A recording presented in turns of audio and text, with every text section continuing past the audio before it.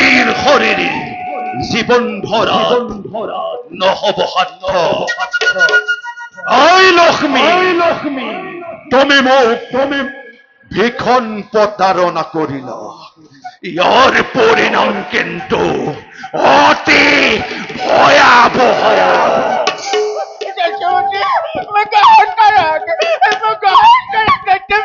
এই বাটে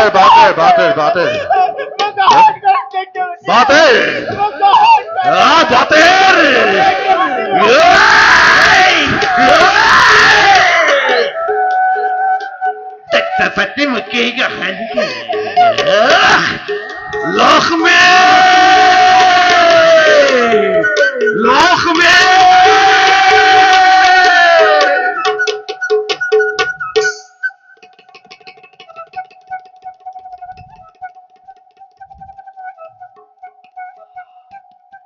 লক্ষ্মী, লক্ষ্মী, এইবাৰ তুমি খোৱা সাৱধান। তুমি যি পত্ৰ পঢ়িল মোলৈ তুমি কৰিছিলা নিক্ষেপ, সেই পত্ৰ পঢ়িল মই পুনশ্চবৰ তোমাৰ বুকুলৈ উভতাই পঠাইছো। চাওঁ বাৰু লক্ষ্মী, তুমি কেনেদৰে সেই দৈত্যৰ পৰা ৰক্ষা পোৱা। লক্ষ্মী, মই চাওঁ তুমি কেনেদৰে সেই দৈত্যৰ পৰা ৰক্ষা পোৱা।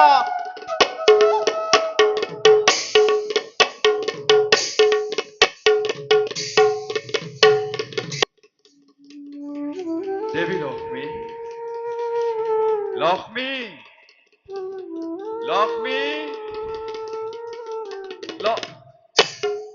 আজি আকৌ লক্ষ্মী গৃহৰ প্ৰয়োজন।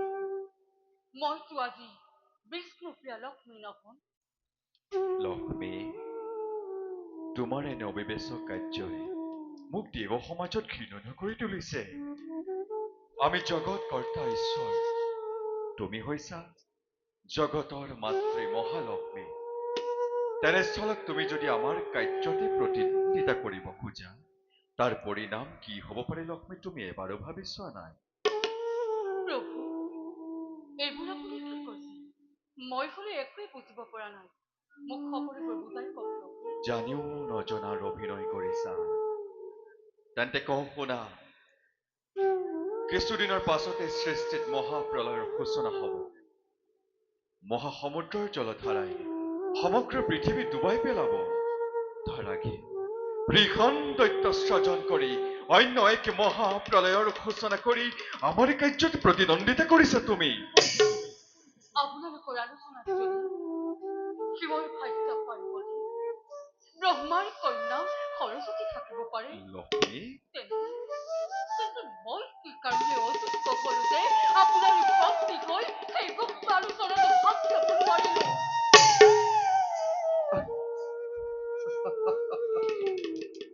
হে দেৱী, তোমাক এই কথা কোনে ক'লে? সেইবোৰ কথা মোক কোনেও ক'ব নালাগে। সকলোবোৰ কথা আজি মই নিজে জানিব পাৰিছো। বুজিছো। দেৱঋষি নাৰদৰ কুচক্ৰান্তত পৰি এনে ঘৃণনীয় কাৰ্যত তুমি লিপ্ত হৈ গলা। নিমাত কিয় লক্ষ্মী? তুমি জানিবই লাগিছিল সঁচাক মিছাকেই সঁচা কৰাটো দেৱঋষি নাৰদৰ যুগে যুগে চলি আহিছে। আৰু জগতবাসীৰ আগত দেৱঋষি নাৰদ এজন দুতকীয় হিচাপেই জনাজাত। নাৰদ এজন জ্ঞানী মানি ঋষি, তেওঁ কেতিয়াও ইমান মিছাৰ আশ্ৰয় নলয়। আপুনিহে মোক প্ৰতাৰণা কৰিলে। এই বিশ্ব ব্ৰহ্মাণ্ডত ব্ৰহ্মাৰ কন্যা সৰস্বতীৰ সমান জ্ঞানী মানি সুন্দৰী কন্যা অন্য কোনোৱেই নাই। বিষ্ণুৰ প্ৰিয়া লক্ষ্মী সেই ক্ষমতা আছে নে নাই তাক প্ৰমাণ কৰি দেখাইছো আৰু প্ৰতিদ্বন্দ্বী ৰূপে থিয় দিছো। যদি ক্ষমতা আছে প্ৰতিৰোধ কৰক। তুমি দাম্ভিক, তুমি গৰ্বিতা, তুমি অহংকাৰী, তুমি আজি বিষ্ণুপ্ৰিয়া লক্ষ্মী নোহোৱা কদাপি। তুমি কোন জানা?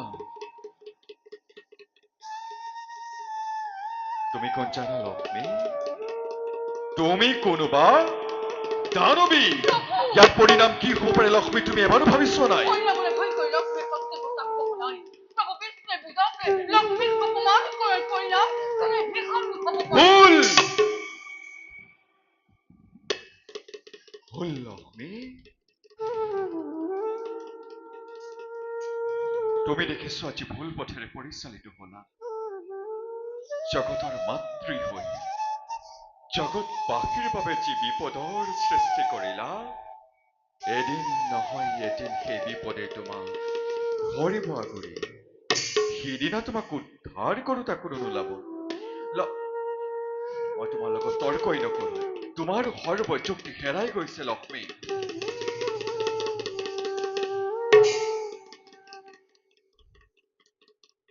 কিন্তু যোৱাৰ আগতে মাত্ৰ এষাৰ কথা কৈ যাওঁ শুনা।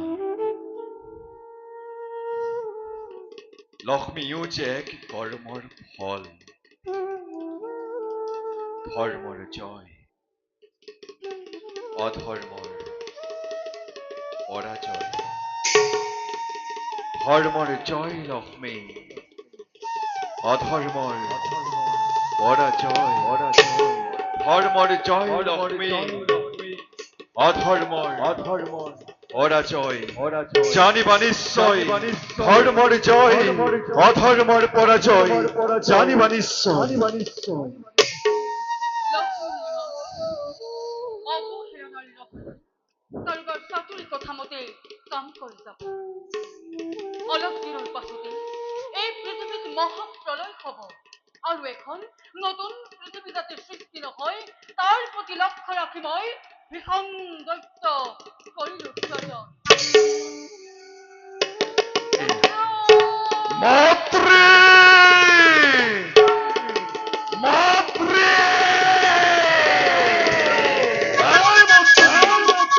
কিয় তুমি মোক বিশ্বাসঘাতকতা কৰিলা? কিয়? তই কি বিশ্বাসঘাতকতাৰ কথা মই একোৱে বুজিব পৰা নাই। এই সৰস্বতী বোলা কথাবোৰ বুজাই ক। কুৎসিত নাৰীগৰাকী, কিয় তুমি মোক বিবাহ কৰিবলৈ দেখি দিছিলা? সৰস্বতী কুৎসিত নাৰী, আহ, তোক সেইবোৰ কথা কোনে ক'লে পুত্ৰ? মোক কোনেও ক'ব নালাগে। সৰস্বতী নিজেই আহি মোৰ ওচৰত ব্যক্ত কৰিছে। মোৰ চক্ষু এতিয়াও অন্ধ হোৱা নাই। ভুল পুত্ৰ, সকলোবোৰ ভুল। সৰস্বতী কেতিয়াও কুৎসিত নাৰী হ'ব এই, তাৰ ৰূপৰ বৰ্ণনা তুলনা কৰি শেষ না, কৰিব না, নাই। কোনোমতে তেনেস্থলত তই নিশ্চয় কোনোবা নাৰীকহে লগ পাইছ। বৃথা চেষ্টা নকৰিব মন্ত্ৰী। মই জানিব পাৰিছো এই ব্ৰহ্মাণ্ডত যিমানবিলাক সুন্দৰী আছে সকলোবিলাক তোমাৰ এই দাসী। সৰস্বতীও তোমাৰ এই দাসী নহয় জানো? নাই দাসী কন্যাক বিবাহ কৰিবলৈ প্ৰস্তাৱ দিয়া ই মোৰ পক্ষে সম্ভৱ নহয়। মিছা কথা কৈছ। মোৰ মোৰ কোনো দাস দাসী নাই। সৰস্বতী কেতিয়াও কুৎসিত নাৰী হ'ব নোৱাৰে। সেইবাবে দৈত্য, তই মিছা কথাত ভুল নাযাবি দৈত্য, মিছা কথাত ভুল নাযাবি। নাই আচ্ছা মিছা ই নাজানে ই জানে মাথো কৰ্তব্য নিজৰ। অৰাবত্ৰী মোৰ প্ৰতিজ্ঞা ভীষণ। দৈত্যই কাহানিও দাসীক বিবাহ নকৰাই। তুমিতো মোক গৰ্ভধাৰণ কৰি জন্ম দিয়া নাছিলা?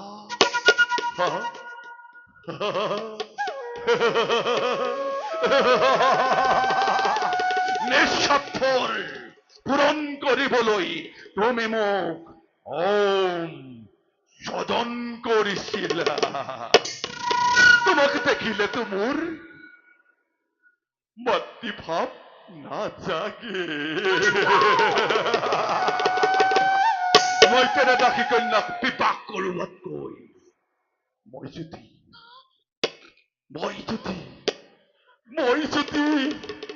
তোমাক তোমাকে বিবাহ কৰাও সমস্ত ডাকি ডাকি মোৰেই হব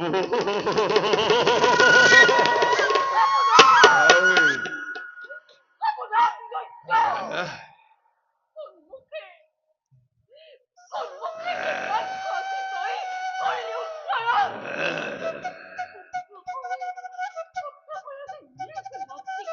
ভক্তিৰূপে পাপ বিচাৰণ! তোক স্বজন কৰি মই মহাভুল কৰিলো।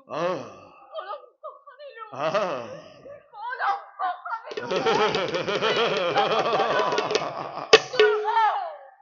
ভুল কৰিলা লক্ষ্মী ভুল কৰিলা এতিয়া ভুলৰ প্ৰায়শ্চিত্ত লবলৈ সাজু হোৱা দেখক জগতে বোধক বিশ্বই নিস্বাৰ্থৰ পূৰণ কৰিবলৈ এই অসুৰক স্বজন কৰাৰ প্ৰতিফল কিমান ভয়াবহ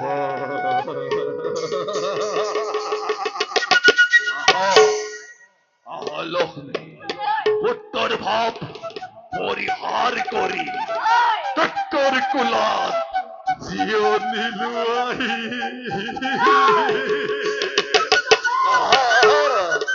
লৈ আহা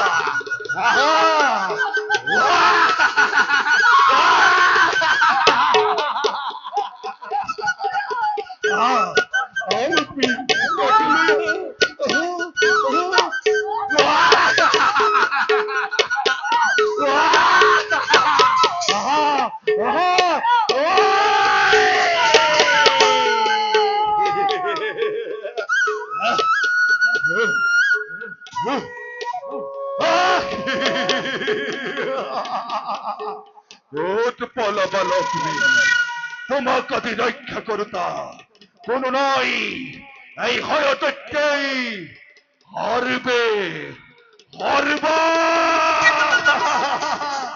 রবা রবা লক্ষ্মী রবা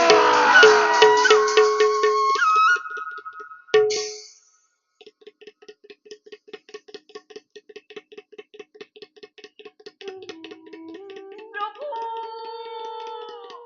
প্রভু, মোক রক্ষা করা! মোক রক্ষা করা! নয়, নইবি! আতুরিতা! আতুরিতা কই মুখত মুখত করা! এতিয়া কেনে লাগিছে লক্ষ্মী দৈত্য স্বজন কৰি আমাৰ সৃষ্টি ধ্বংস কৰিবলৈ গৈ নিজৰে লজ্জা নিবাৰণৰ হেতু সাগৰত তুমি ডুব যাব লাগিব প্রভু! প্রভু, মোক রক্ষা করা! নয়, নইবি! আতুরিতা! আতুরিতা কই মুখত মুখত করা! প্রভু! প্রভু! প্রভু, মোক রক্ষা করা! প্রভু! প্রভু, মোক রক্ষা করা! আয়তনকৈ মোক পাছে পাছে খেদি আনিছে! মোক হাতৰ পৰা ৰক্ষা কৰা! আমাক তুমি স্পৰ্শ নকৰিবা লক্ষ্মী তোমাৰ প্ৰায়শ্চিত্ত হ'ব লাগিব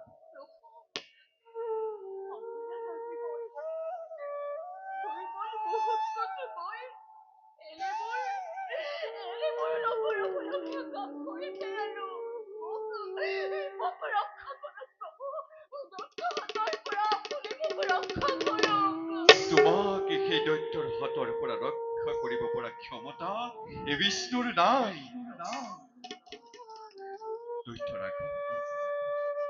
দৈত্যৰ আগত আমাৰ সুদৰ্শন চক্ৰৱৰ্তী সাধাৰণ অস্ত্ৰ কৰি নথল গতিকে তুমি দৈত্যৰ পত্নীত্ব স্বীকাৰ কৰাৰ বাহিৰে অন্য উপায় নাই লক্ষ্মী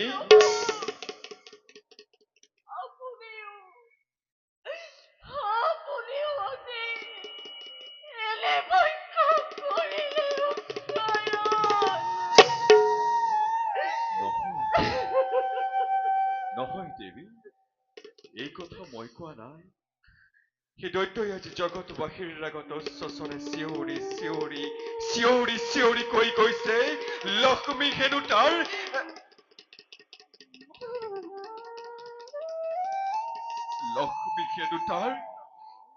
একমাত্ৰ পত্নী। নহয় প্ৰভু, মোক ক্ষমা কৰক প্ৰভু, ক্ষমা কৰক। তুমি আৰু এই বৈকুণ্ঠ পৰি শুৱনি কৰিব নোৱাৰিবা লক্ষ্মী। তোমাৰ বাবে বৈকুণ্ঠ দ্বাৰ চিৰদিনৰ কাৰণে ৰুদ্ধ হৈ গ'ল।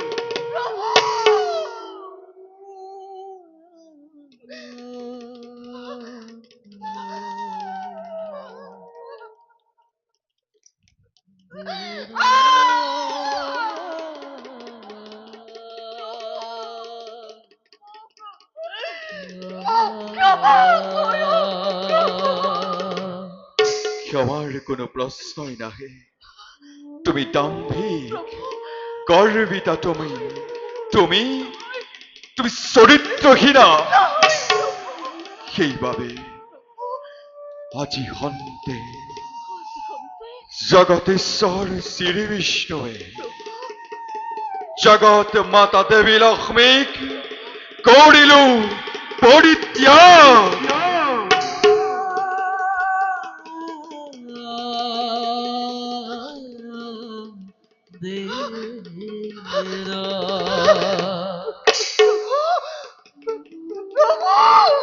কৰিলো পৰিত্যাগ।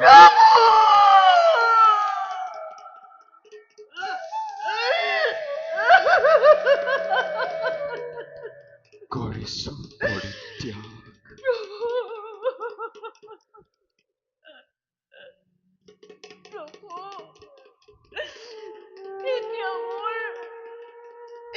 এতিয়া মোৰ অৱস্থা কি হ'ব প্ৰভু? মোৰ অৱস্থা এতিয়া কি হ'ব? শুনা লক্ষ্মী, স্বৰ্গ, মৰ্ত্য আৰু পাতাল তিনিও লোকত লুকাই তুমি দৈত্যৰ হাতৰ পৰা ৰক্ষা পাব নোৱাৰিবা। যিহেতু তুমি তাক অমৰত্ব বৰদি কৰিলা সৃজন। তুমি তোমাৰ সতীত্ব ৰক্ষা কৰিবৰ বাবে যে দেখিছা মহাসমুদ্ৰ,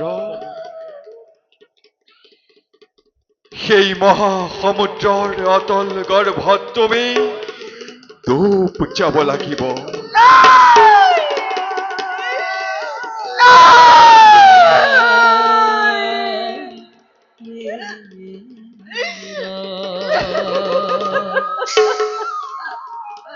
ডুব যাব লাগিব লক্ষ্মী, ডুব যাব লাগিব তুমি। প্ৰভু, এয়া আপুনি কি বিধান দিছে প্ৰভু? মোক পৰিত্যাগ নকৰিব প্ৰভু, মোক আপুনি পৰিত্যাগ নকৰিব। তোমাৰ দৰে গৰ্বিত নাৰীৰ এয়া উচিত শাস্তি লাভ হৈছে। তুমি যদি তোমাৰ সতীত্ব ৰক্ষা কৰিব খুজিছা, বিচাৰো প্ৰভু, যদি পুনৰ জগতৰ মাতৃ হৈ থাকিব খুজিছা, তেন্তে তুমি তোমাৰ বিলুপ্তি সাধন কৰিবই লাগিব।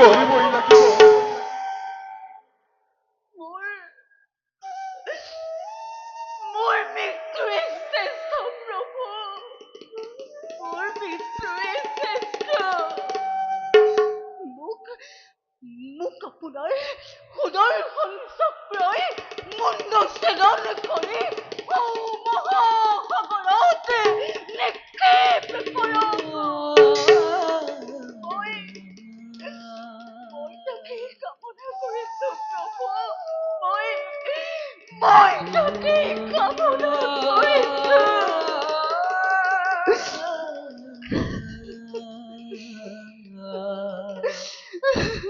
কিয় লক্ষ্মী? যথা ধৰ্ম তথা জয়, যথা ধৰ্ম তথা জয় বুলি জানিও কিয় এনে পাপ কাৰ্যত লিপ্ত হলা? শুনা, তুমি যাক বুদ্ধিহীনা নাৰী বুলি সেৱ জ্ঞান কৰিছিলা, জ্ঞান দায়িনী সেই দেৱী সৰস্বতী আজি তোমাৰ এনেকুৱা দশা কৰিলে। তিনিকল্প ধৰি তুমি সাগৰত ডুব গৈ থাকিবা। তিনিকল্পৰ পাছত আমি তোমাক কৰিম উদ্ধাৰ। চাই লোৱা হেৰা জগতে বাকে শ্ৰীলক্ষ্মী এদিন প্ৰভু বিষ্ণুৰ সহিতে এই বৈকুণ্ঠপুৰে শুৱনি কৰি আছিল। আজি লক্ষ্মীৰ সামান্য এটি ভুলৰ বাবে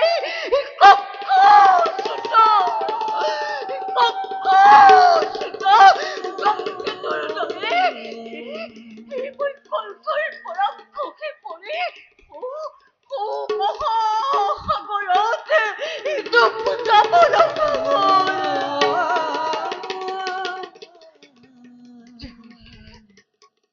দেৱৰ্ষি যিদৰে তোমাৰ কুমন্ত্ৰণা প্ৰয়োগ কৰি মোক এই জগতৰ আগত অনাদৰ পাত্ৰ কৰালা, তোমাকো বিশ্বাসী মই মোৰ অভিশাপ।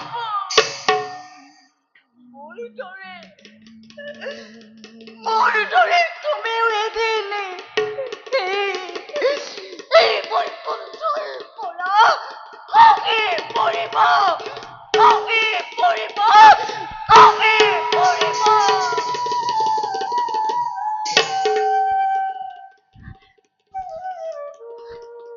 প্ৰভু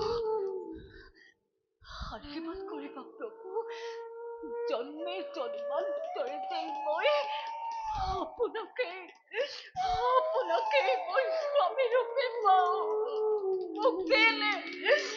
মোক যেন আপুনি সময়ত উদ্ধাৰ কৰিবলৈ নাপাহৰে প্ৰভু, উদ্ধাৰ কৰিবলৈ নাপাহৰে।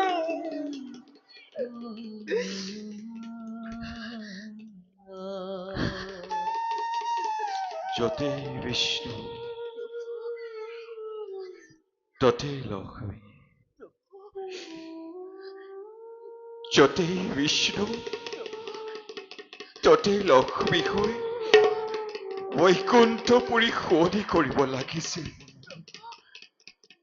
ভাগ্যৰ কি যে বিড়ম্বনা, তোমাক অকালতে হেৰুৱাবলৈ পোৱাত মই যে কিমান মৰ্মান্তিক আঘাত পাইছো লক্ষ্মী।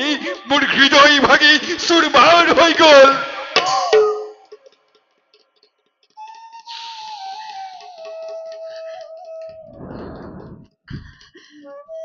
লক্ষ্মী হীনা বৈকুণ্ঠপুৰী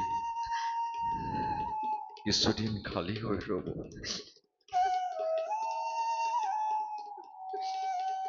বিদায় প্ৰভু, বিদায়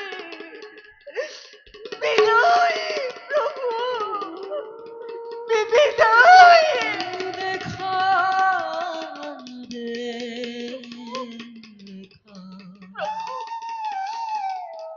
প্ৰভু যোৱাৰ আগতে মই এষাৰ কথা কৈ যাওঁ আপোনাক। শুনক প্ৰভু, হয় দৈত্য আমাৰ নহয়। সীতাৰ একে আকৃতিৰ প্ৰাণীৰ হাততহে মৃত্যু ঘটিব। প্ৰভু, সীতাৰ একে আকৃতিৰ প্ৰাণীৰ হাততহে মৃত্যু ঘটিব। বিদায় প্ৰভু, বিদায় প্ৰভু,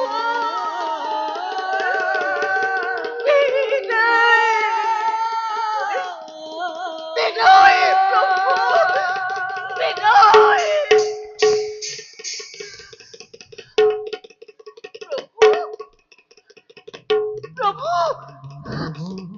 প্ৰভু, মই চাৰিওফালে প্ৰভু অন্ধকাৰ দেখিছো।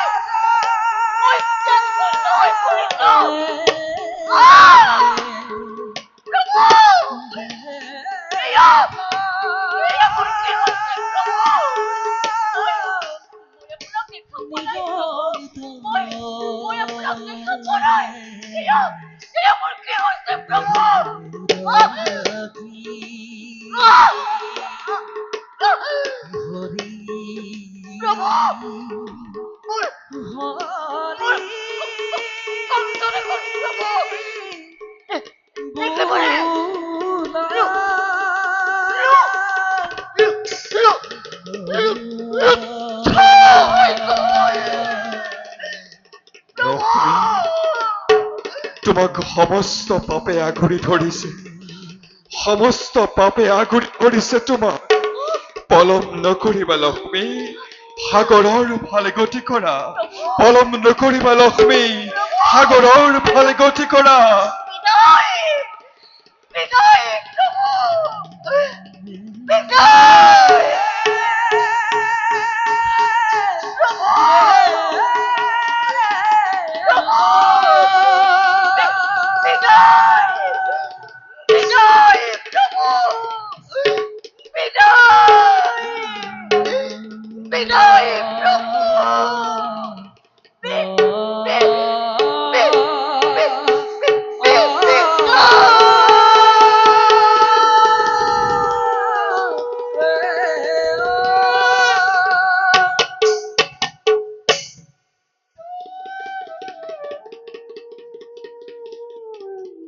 যাওঁ,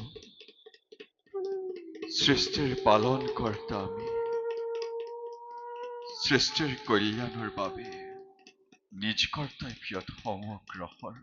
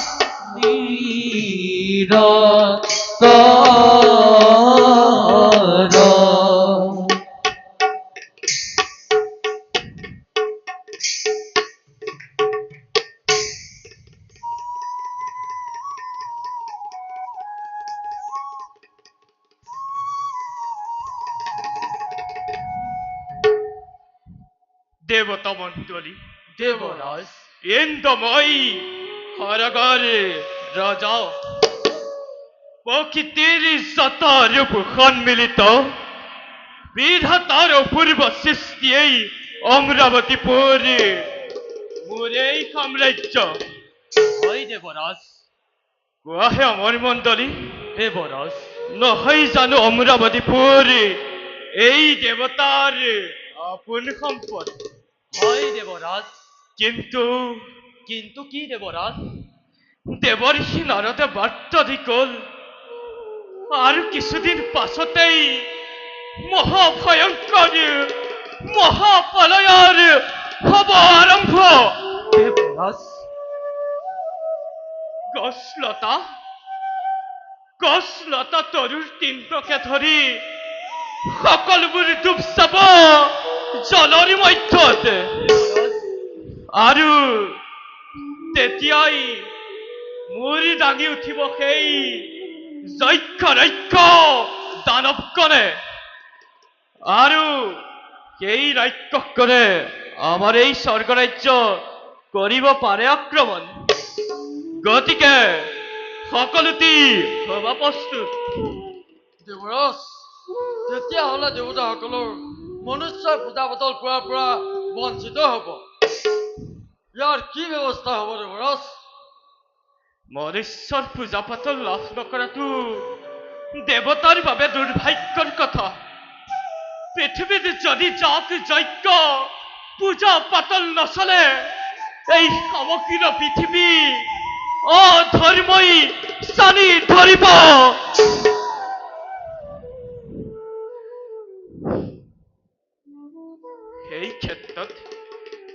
এই ক্ষেত্ৰত মিত্ৰ অধিপতিয়ে কি ভাবিছে দেৱৰাজ ক'বলৈ আৰু কি আছে মোৰ নামততো পূজা পাতল একোৱেই নাই মোৰ কাম নগৰত পাপীক শাস্তি প্ৰদান কৰা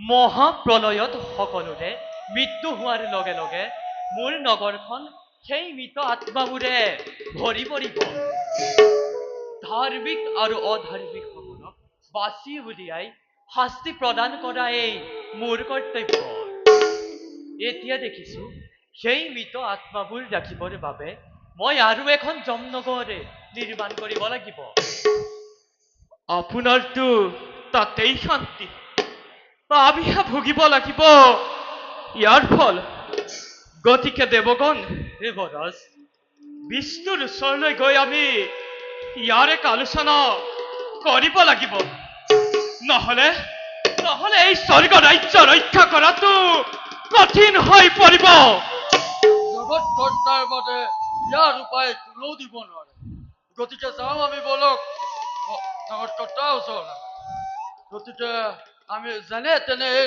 স্বৰ্গ ৰক্ষা কৰিব লাগিব নহ'লে দেৱতাৰ নাম এই পৃথিৱীৰ পৰা লুপ্ত হৈ যাব তেন্তে দেৱগণ ৰৈ থকাৰ নাই প্ৰয়োজন বলা যাওঁ নিজ কৰ্তব্যত অগ্ৰসৰ বলক দেৱতাৰ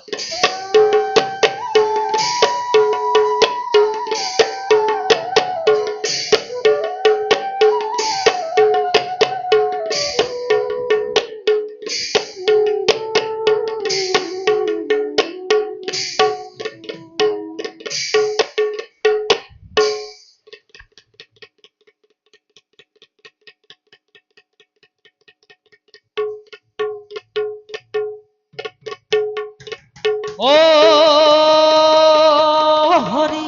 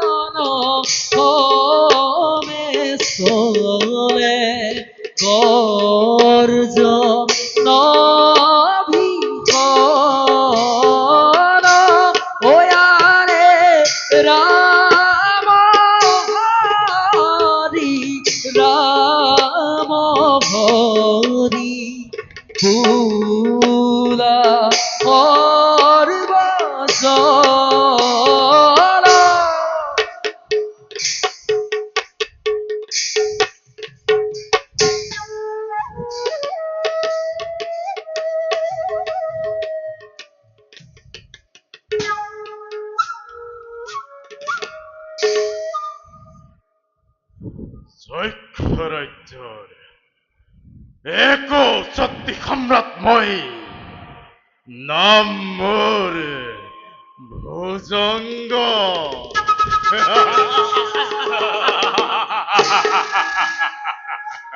আৰু মই আপোনাৰ জ্যেষ্ঠ ভাতৃ নাম মোৰ ত্ৰিভুজ আৰু মই আপোনাৰ কনিষ্ঠ ভাতৃ নাম মোৰ বৰজ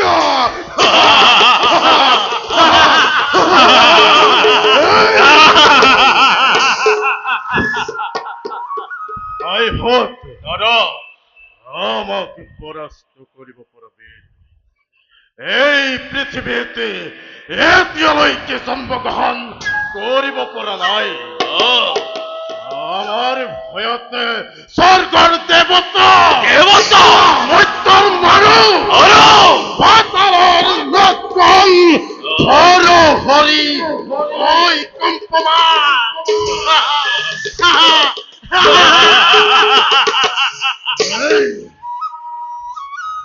ভাই হোক দাদা তোমালোকে ইয়াৰ উচিত বিচাৰ কৰি সকলোকে মৃত্যুদণ্ড দিবই লাগিব কাৰ প্ৰতি দয়া নাই কাৰ প্ৰতি ক্ষমা নাই হত্যা হত্যা কেবল হত্যা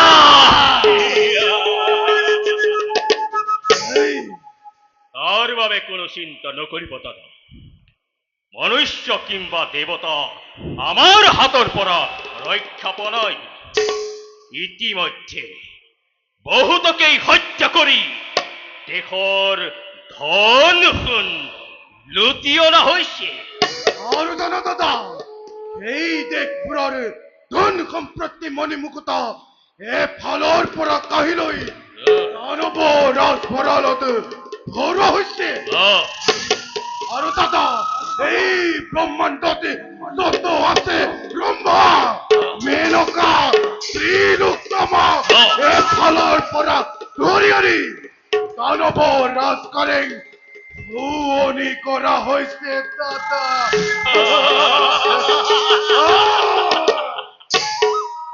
ধন্য ধন্য ভয় হত তোমালোকৰ বীৰত্বৰ তুলনা নাই কিন্তু মত্যৰ ঋষি মুনিসকলে আমাক মাৰিবৰ কাৰণে মৰণ যজ্ঞ আৰম্ভ কৰিছে সিহঁতক ক্ষমা কৰিব নোৱাৰি সিহঁতক হত্যা কৰিবই লাগিব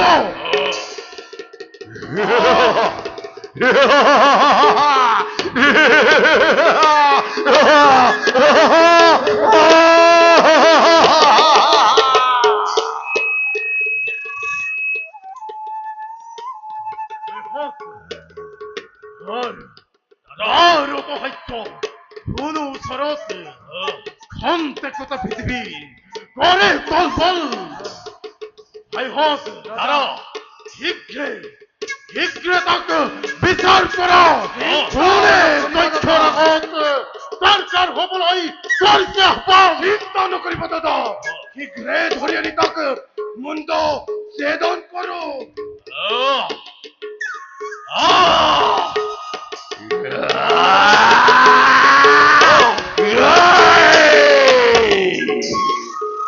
তহতি মোক বিচাৰি যোৱাৰ কোনো কাৰণ নাই মই এই বিশ্বৰ প্ৰহেলিকা মই এই বিশ্বৰ ধূমকেতু মই এই বিশ্বৰ অদৃশ্য তহতৰ জম পাৰিবি পাৰিবি তহতি মোৰ বলন পৰীক্ষা কৰিব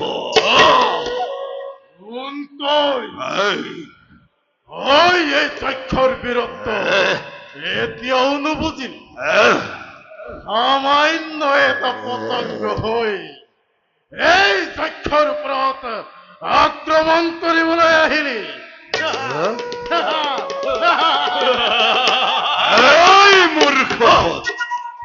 মোক বধ কৰিব পৰাবি এই ব্ৰহ্মাণ্ডত এতিয়াও জন্ম হোৱা নাই তহঁত মোৰ ওচৰত ক্ষুদ্ৰ প্ৰতংগ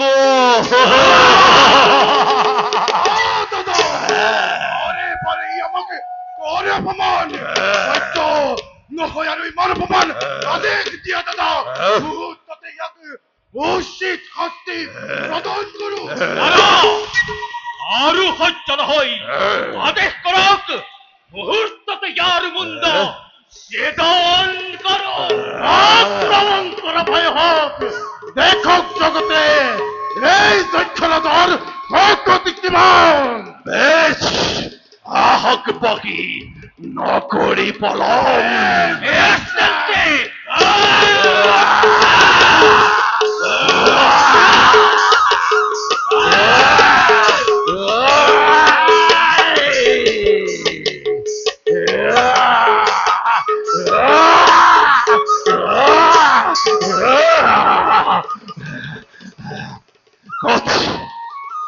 তহঁতৰ বীৰত্ব দেখ তহঁতৰ অস্ত্ৰ হস্তই মোৰ দেহত একো ক্ষতি কৰিব নোৱাৰিলে পানলৈ যদি মমতা আছে মোৰ ওচৰত ক্ষমা খোজ ক্ষমা খোজ ক্ষমা খোজ আমি আপোনাকে ডাঙৰ ঈশ্বৰ বুলি স্বীকাৰ কৰিলো আপুনি আপোনাক আমি এই যক্ষ ৰাজ্যৰ অধিপতি পাতিলো বেশ ওঠা তোমালোক শুন মোৰ নাম হৈছে হয়দৈত্য পৃথিৱীৰ ভূমিভৰ হৰণৰ হেতু লক্ষ্মীয়ে মোক সাধন কৰিছে মোৰ মৃত্যু কোনেও ঘটাব নোৱাৰে বজ্জয় হৰিৰ চোৱা তোমালোকে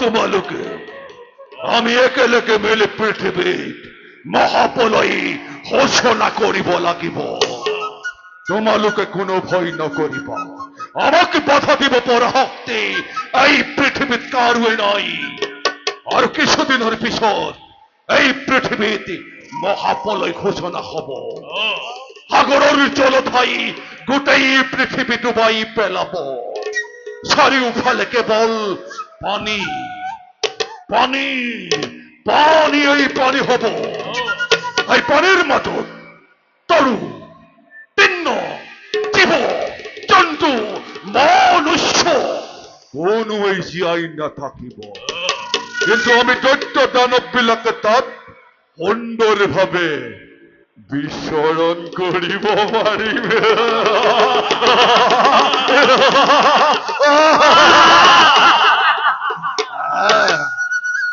অতি উত্তম হব তেন্তে আমি পৃথিৱীৰ একো শক্তি জীয়াই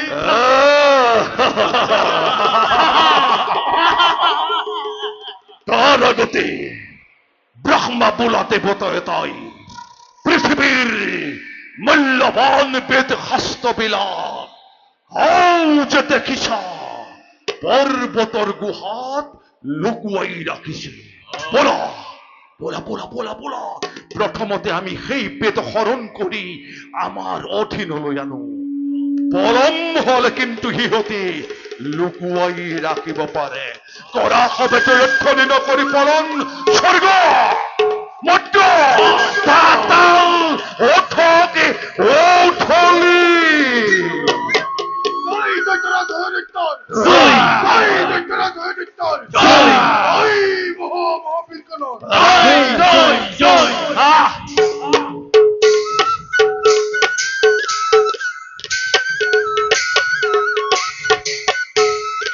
মহাবলী ভয় দৈত বেগে চলি গয়া পদ ভরে বসুমতী কবিব লাগিলা পদ ভরে বসুমতী কবিব লাগিলা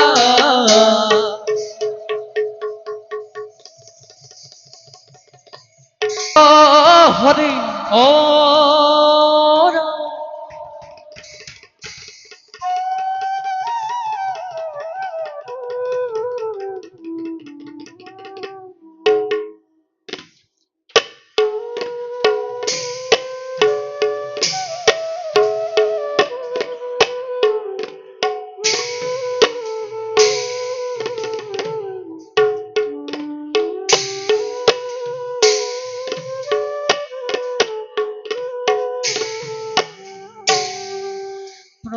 প্রবেশ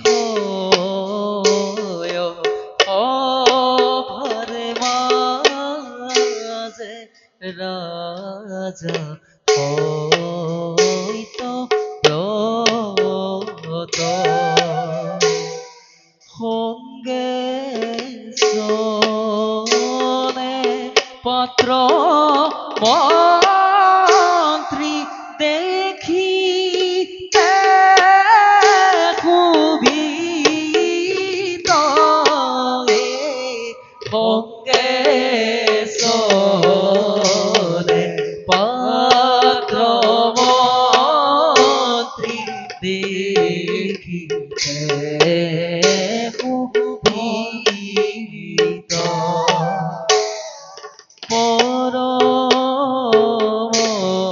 পরমধার বিকর যা অতি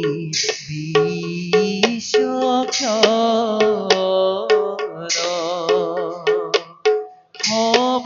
সমস্ত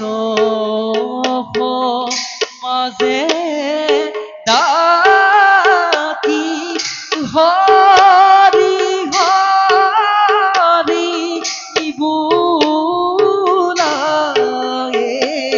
সমস্ত মাঝে ডাকি হরি হরি বুলা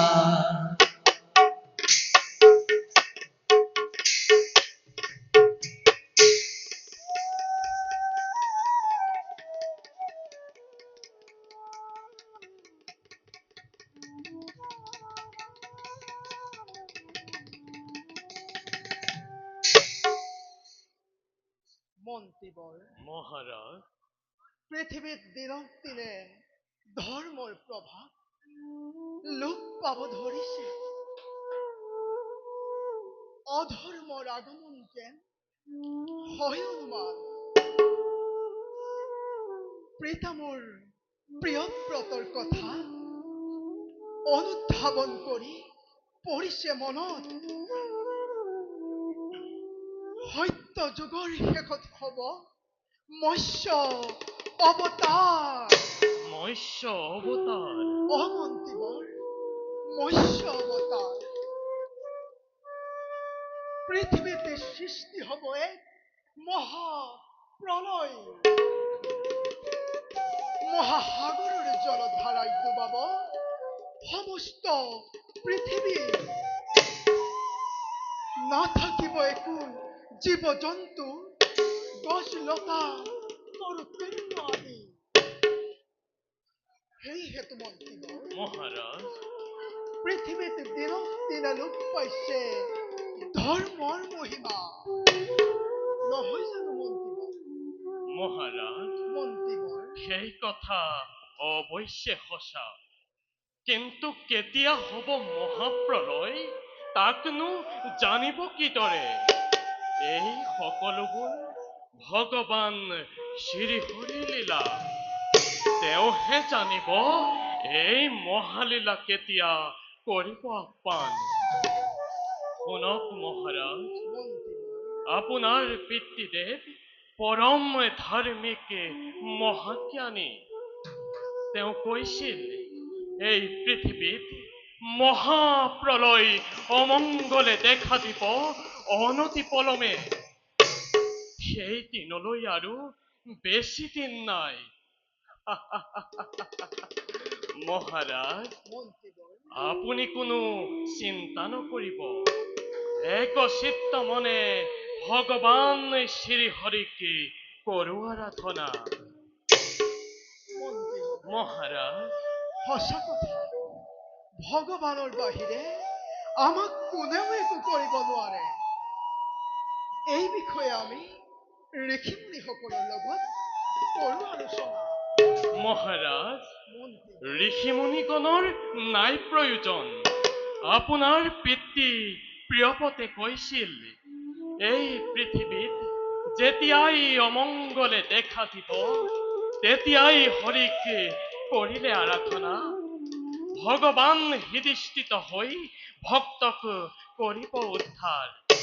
গতিকে মহাৰাজ, চিন্তাৰ কোনো কাৰণ নাই।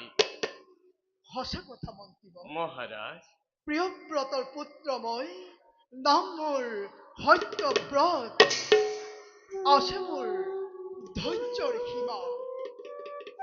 পিতৃ বাক্য অনুসৰণ কৰি যাম মই কৰ্তব্য কৰি। বাৰু মন্ত্ৰী, মহাৰাজ, হৰি মন্দিৰত একান্ত মনেৰে কৰোগৈ আৰাধনা দেৱনাৰায়ণ। বলক মহাৰাজ।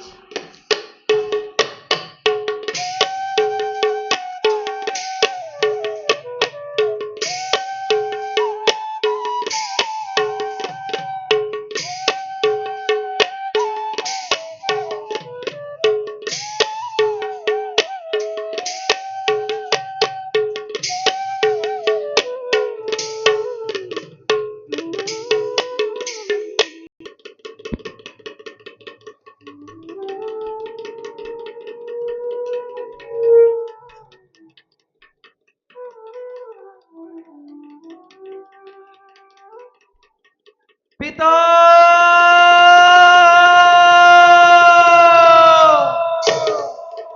পিতা,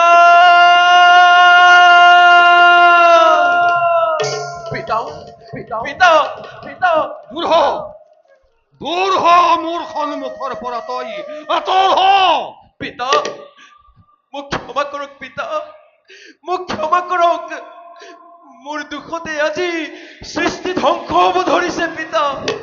মোক মোক ক্ষমা কৰক পিতা। ক্ষমা নাই পুত্ৰ, পিতা, আঁতৰ হ, তই মোৰ সন্মুখৰ পৰা। তই মোৰ পুত্ৰ হয়, মোৰ সৃষ্টি তই ধ্বংস কৰিছ। পিতা, তই ইয়ালৈকে শাস্ত্ৰ জ্ঞান লৈ এই বিশ্ব ব্ৰহ্মাণ্ডত ঘূৰি ফুৰিছ। তোক আজি মই নকৰিম ক্ষমা। পিতা, তোক মই এনে শাস্তি কৰিম প্ৰদান, তোৰ সেই তুতকীয়া স্বভাৱ চিৰদিনৰ কাৰণে মই লুপ্ত কৰি নাই দিম। পিতা, পিতা, মোৰ দুখ মই কৰিছো স্বীকাৰ, কিন্তু পিতা, ইও যে এক কৰ্মৰ ফল পিতা। কৰ্মৰ ফল? পিতা, কৰ্মৰ ফল। কি কৰ্মৰ ফল? মোৰ চাৰিটা সন্তানে মোৰ কথা মতেই বিবাহ পাশত আবদ্ধ হৈ সাংসাৰিক জীৱন কৰিছে। আৰু তই মোৰ বাক্য জ্ঞান কৰিছ। নাই পিতা, তই ইয়ালৈকে গৰ্ভত শাস্ত্ৰ জ্ঞান লৈ এই মানৱ সমাজত ঘূৰি ফুৰিছ। নাই পিতা, তোক মই নকৰো ক্ষমা। নাই পিতা, তোক মই ব্ৰহ্মশাপ কৰিম প্ৰদান। পিতা, নাই পিতা, তোক মই ব্ৰহ্মশাপ কৰিম প্ৰদান। নাই পিতা, ৰমণীকে বিবাহ কৰাই 3 যুগলৈ মৰ্ত্যলৈ খহি পৰিবি তই। নাই পিতা, হে পিতা, আপুনি সৃষ্টিৰ অধিকাৰী পিতা, আপুনি পুত্ৰক ক্ষমা কৰক পিতা। দূৰ হ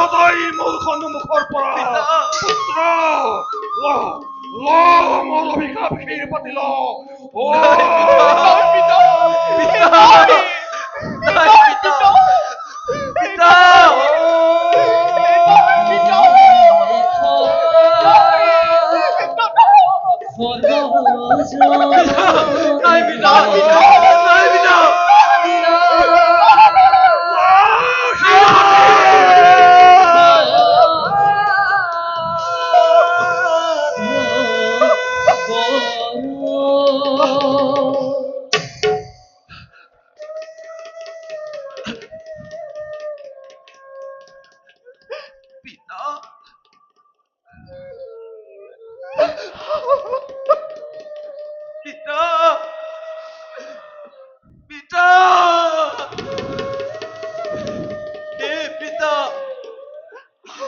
আপুনি এনেভাৱে ব্ৰহ্মকাম নকৰিব প্ৰধান।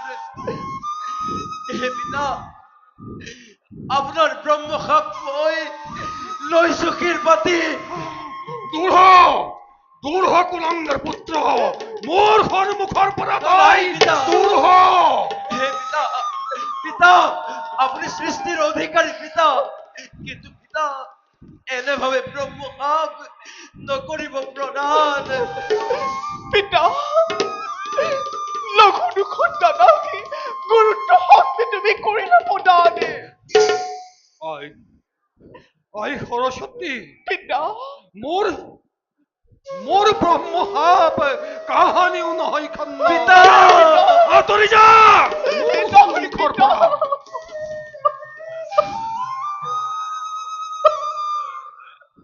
পিতা আপোনাৰ ব্ৰহ্মসাপ মই ললো শিৰ পাতি, কিন্তু পিতা মোক উদ্ধাৰৰ পথ দিয়ক পিতা, মোক উদ্ধাৰৰ পথ দিয়ক।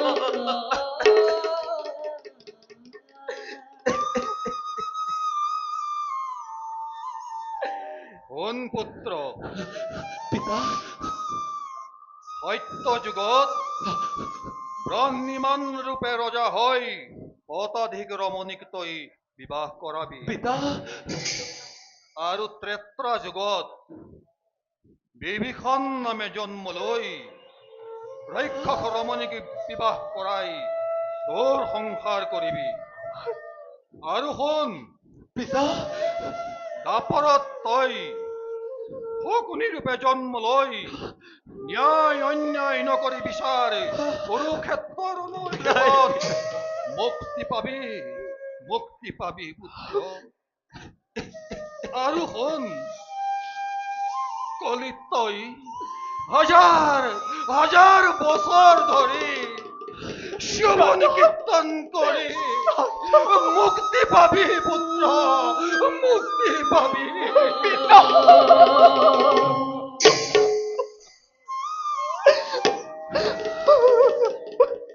শুনি সন্তোষ পালো পিতা। হে ভোলানাথ, চাই যোৱা এবাৰ এই দেৱঋষিৰ অৱস্থা।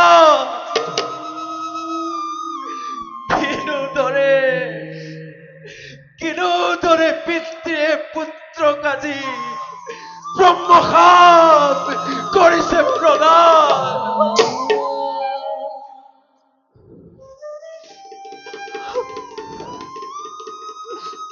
হে পিতা, লঘু দুখত তুমি ব্ৰহ্মসাপ মোক কৰিছা প্ৰদান। যাবৰ সময়ত পুত্ৰৰ ব্ৰহ্মসাপ লোৱা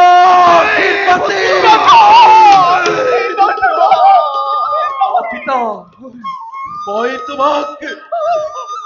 তোমাক দিছো অভিশাপ। আজি হন্তে তুমি মানৱৰ পুত্ৰ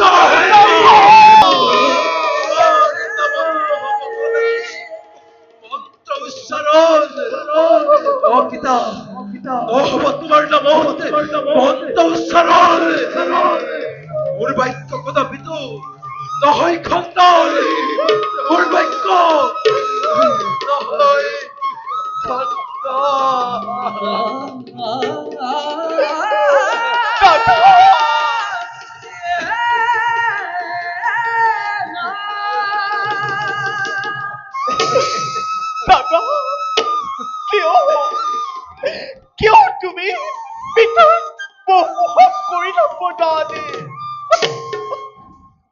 মোৰ বাক্য নহয় খণ্ড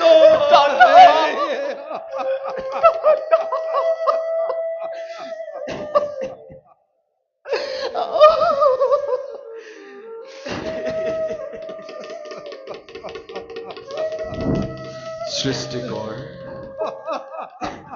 হে সৃষ্টিকৰ এনেদৰে ভূমিত পৰি আছে কিয়? উঠক উঠক প্ৰজাপতি। দেৱৰ্ষি তোমাৰ বিন বাদ্য ভূমিত পৰি আছে কিয়? প্ৰভু প্ৰভু প্ৰভু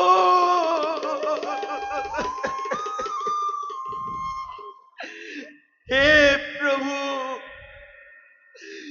বিপদৰ সময়ত দেখা পোৱাৰ বাবে মোৰ জীৱন সাৰ্থক হ'ল।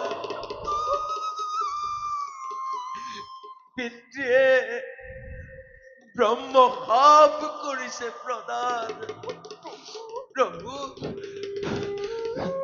তিনি যুগ ধৰি প্ৰভু তিনি যুগ ধৰি সাংসাৰিক জীৱন যাপন কৰিব লাগিব।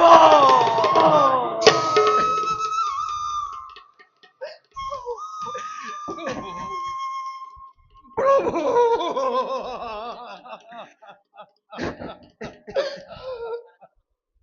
পুত্ৰ আজি মোক কৰিলে নাই পিতা। প্ৰভু নাথাকিব মোৰ নামতে যাগ যজ্ঞ পূজা পাতল এই নৰসমাজত। পিতা পুত্ৰনে ব্ৰহ্মশাপত কিয় লিপ্ত হলা? মহাপ্ৰলয়ৰ আগমুহূৰ্ত নিজৰ মাজতে আমি মহাপ্ৰলয়ৰ সৃষ্টি কৰিছো। হওক হে দেৱৰ্ষি, তোমাৰ ব্ৰহ্মশাপ সময়ত মই খণ্ডাম নিশ্চয়। প্ৰভু কিন্তু সৃষ্টিকৰ দেৱৰ্ষি নাৰদে যি ব্ৰহ্মশাপ আপোনাক কৰিলে প্ৰদান, সেই ব্ৰহ্মশাপ অখণ্ডন। আপোনাৰ ব্ৰহ্মশাপ চিৰদিন থাকিব ধৰা।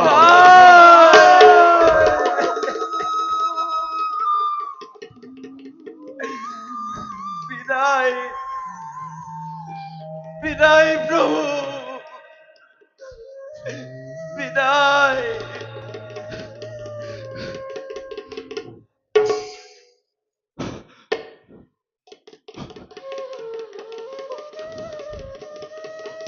কিন্তু প্ৰভু যোৱাৰ আগতে কৈ যাও, ভয়দৈত্য অমৰ নহয় প্ৰভু। মহাপ্ৰলয়ৰ সময়ত সি সকলোবিলাকে বেদ শাস্ত্ৰ লৈ পানীৰ তলত বুৰ মাৰি থাকিব। গতিকে প্ৰভু ভয়দৈত্যকে নিধন কৰি সকলোবিলাক বেদ শাস্ত্ৰ উদ্ধাৰ কৰাৰ উপায় চিন্তা কৰক। মই এতিয়া আহিলো প্ৰভু।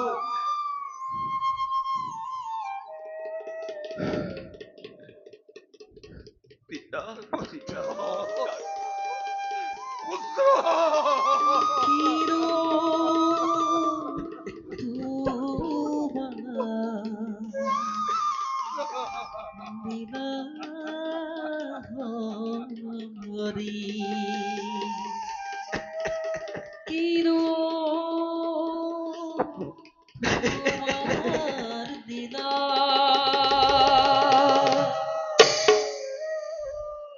পিতা স্বৰ্গ পিতা ধৰ্ম পিতাহি পৰমন্তপ পিতুৰি প্ৰতিম বন্দে প্ৰিয়ন্তে স্বৰ্গ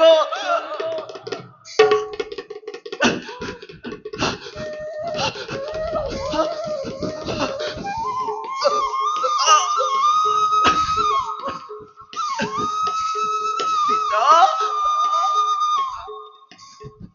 বিদায় বিদায় বিদায় বিদায়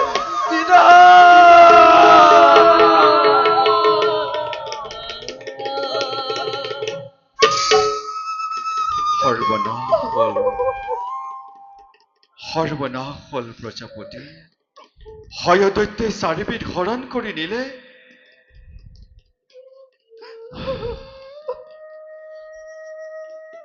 হে সৃষ্টিকৰ, যেনে তেনে বেদশাস্ত্ৰ উদ্ধাৰ কৰিবই লাগিব, নহলে আহিবলগীয়া কল্পৰ মানৱে জ্ঞানৰ পৰা বঞ্চিত হ'ব।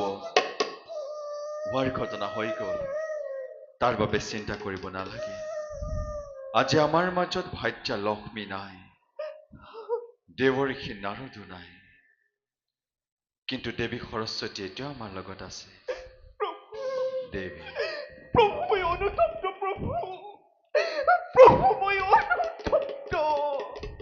নহয় দেৱী, ইয়াত দোষ কাৰো নাই, সকলো ভাগ্যৰ লিখন।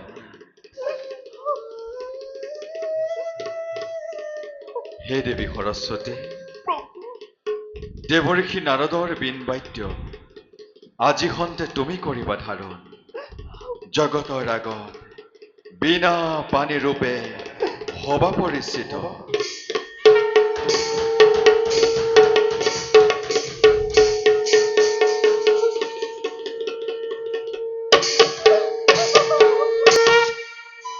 সৃষ্টিকৰ, ৰুদ্ৰ আৰু মই গৈছিলো সত্যব্ৰত ৰজাক পৰীক্ষা কৰিবৰ বাবে। পিতা পুত্ৰৰ কন্দন শুনিহে স্থান পালোহি। যাওক সৃষ্টিকৰ, সৃষ্টিৰ কল্যাণৰ বাবে চিন্তা কৰকগৈ। আমিও যাওঁ আপোন কৰ্তব্য। বলক ৰুদ্ৰ, বলক প্ৰভু।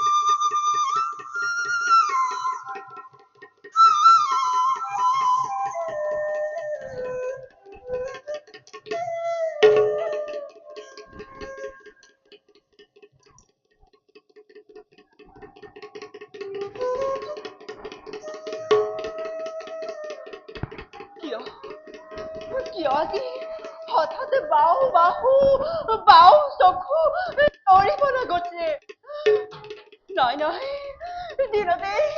দিনতে শিয়াল কুকুৰবোৰে আৰ্তনাদ কৰিছে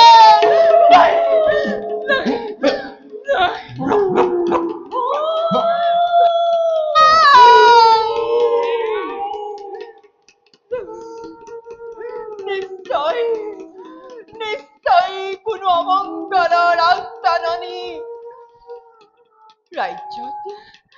ৰাজ্যত নিশ্চয় কোনো ঘটিব অমংগল মই যাওঁ মহাৰাজৰ সঙ্গে এই সম্পৰ্কে কৰোঁগৈ আলোচনা মহাৰাজ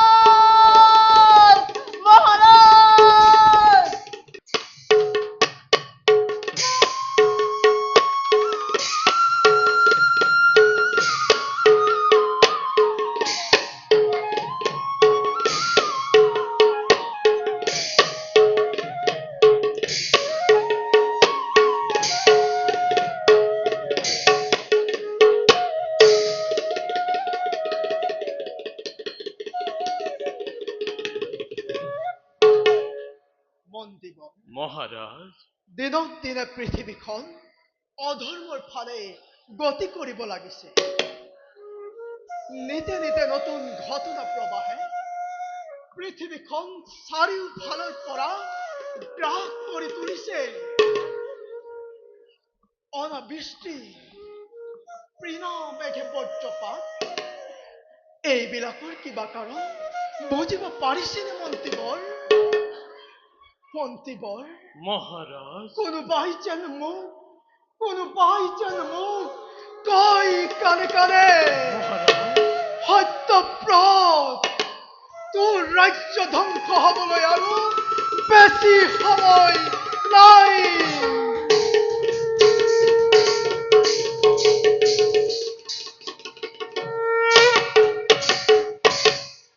সঁচা কথা মহাৰাজ চতুৰ্দিশে কেৱল হাহাকাৰ ধ্বনি শুনিবলৈ পোৱা গৈছে হৰি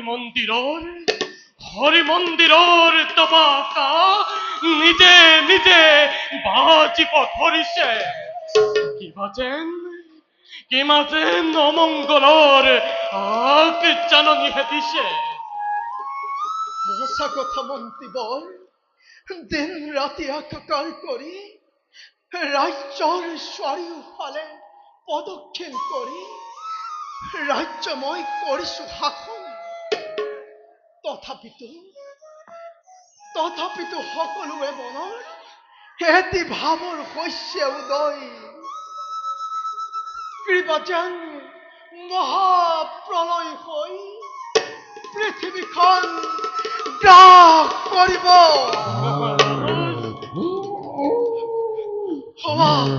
হৱা শুনক মন্ত্ৰীবৰ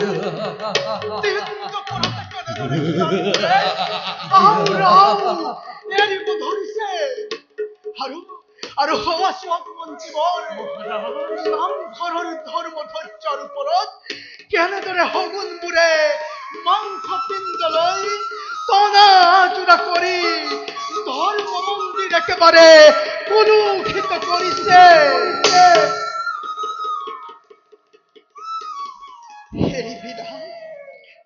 এইবিলাক দেখাৰ পিছতো প্ৰজাসকল আজি কিয় নীৰৱ হৈ আছে মোক এটা উপায় দিয়ক মন্ত্ৰীবৰ ভগৱানক চিন্তা কৰাৰ বাহিৰে অন্য উপায় নাই মহাৰাজ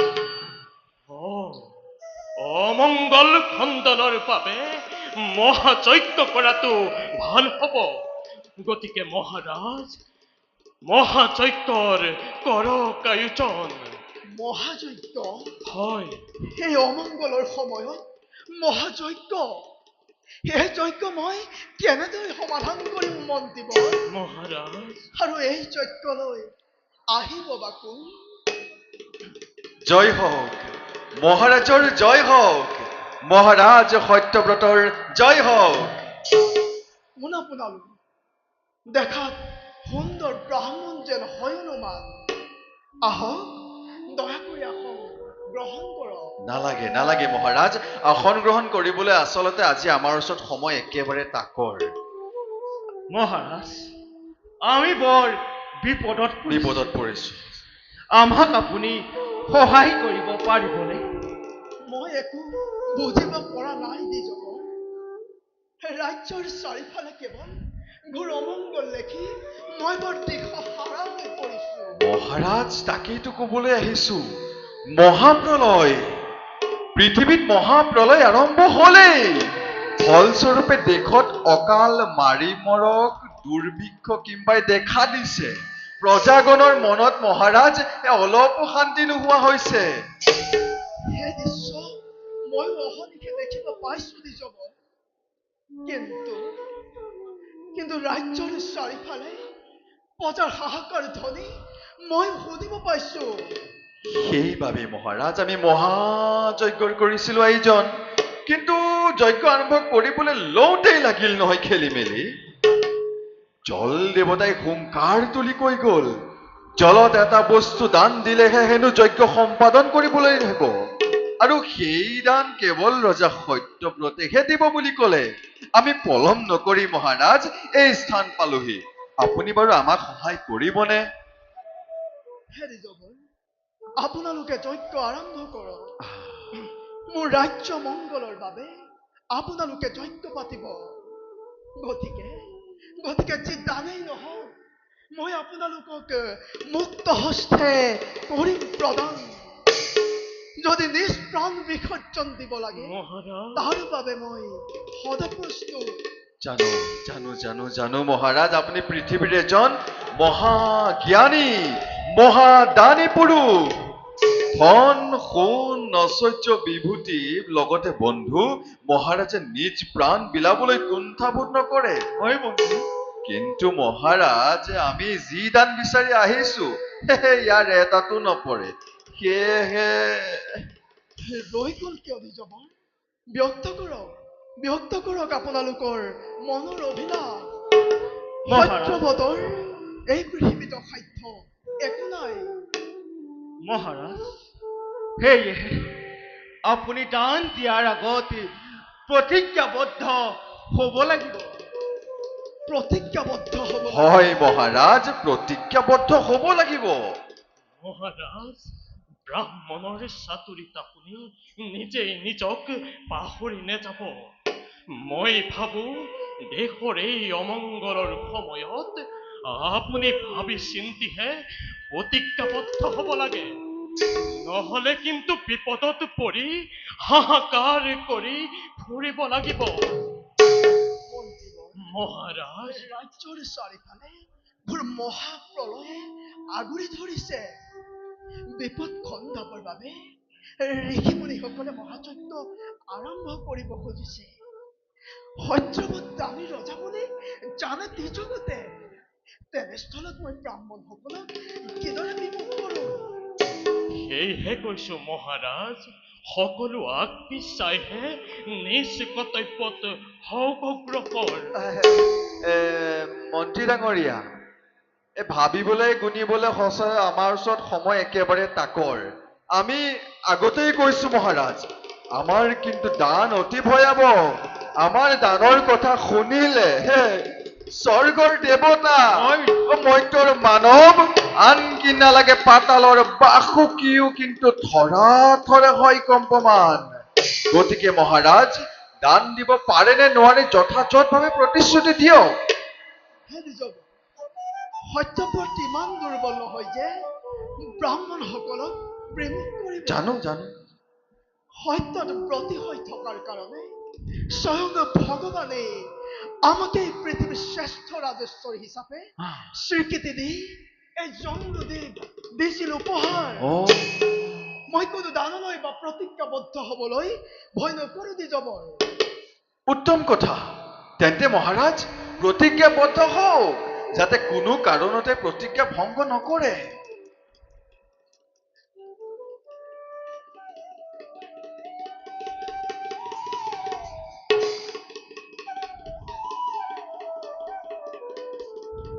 মহাৰাজ, আমি কিন্তু আগেই কৈছো যজ্ঞৰ ক্ষণ পাৰ হৈ গলে দানৰ কোনো প্ৰয়োজন নাথাকিব গতিকে দান দিব পাৰে নে নোৱাৰে যথাযথভাৱে কওক মহাৰাজ আৰু যদি আপুনি দান দিব নোৱাৰে তেন্তে আমাক বিদায় দিয়ক ৰব ব্ৰাহ্মণ সত্যৱত ইমান দুৰ্বল নহয় যে আপোনালোকক দান ভিক্ষা কৰিব নোৱাৰিব নিজবৰ মই চন্দ্ৰ সূৰ্যক সাক্ষী কৰি কৰিলো প্ৰতিজ্ঞা যে দানাই নহওক কিয় মই মুক্ত হস্তে আপোনালোকক কৰিম প্ৰদান যদি নিজ প্ৰাণ দিব লাগে মই তাৰ বাবেও সদা প্ৰস্তুত আছো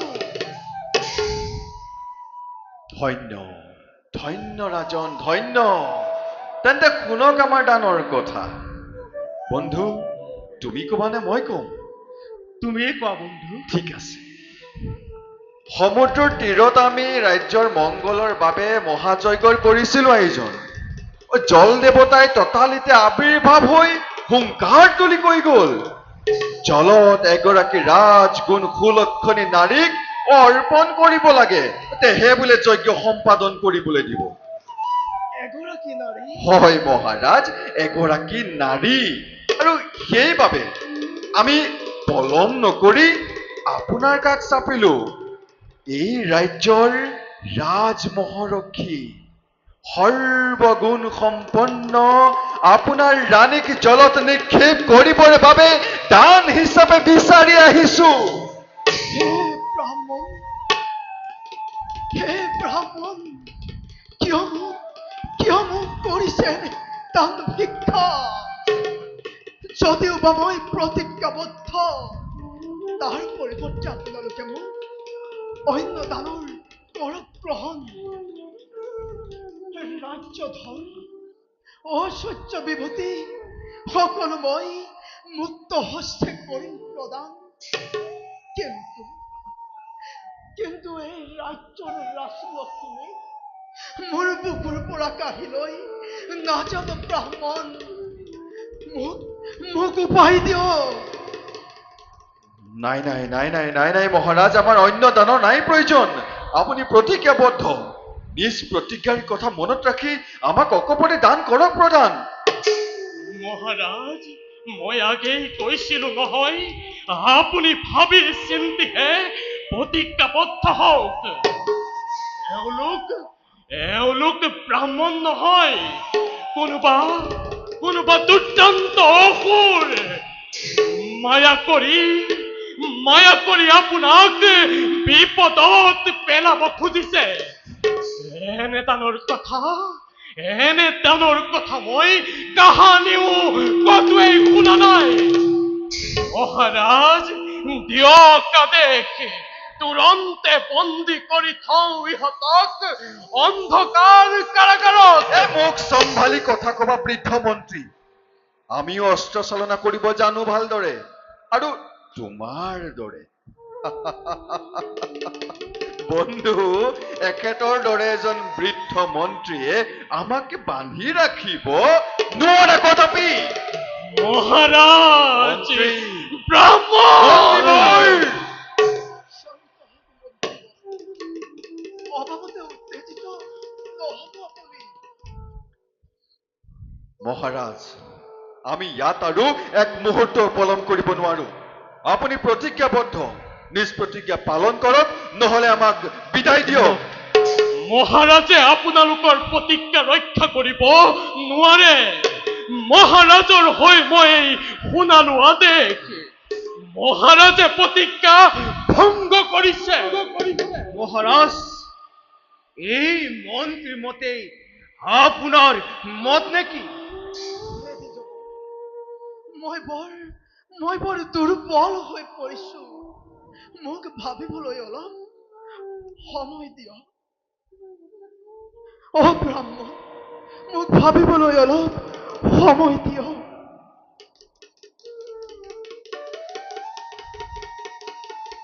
মহাৰাজ ভাবিবলৈ গণিবলৈ বা আপোনাৰ কথা শুনিবলৈ আমাৰ ওচৰত সময় একেবাৰে তাকৰ আপোনাৰ কোনো বক্তব্য শুনিবলৈ আমি এই স্থানলৈ অহা নাই। পাহৰি গৈছে কিয়?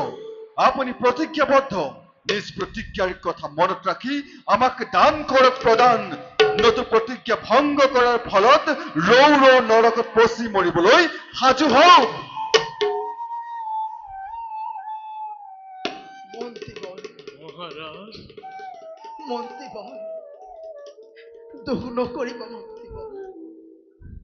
সত্যৱতৰ ভাগ্য চক্ৰ আজি নিয়তিৰ কল গ্ৰাসত পৰি দুখ গল চিৰদিনলৈ। মহাৰাজ, যাওক মন্ত্ৰীবৰ, আপুনি ৰাণীক ৰাজসভালৈ লৈ আহক। যাওক মন্ত্ৰীবৰ।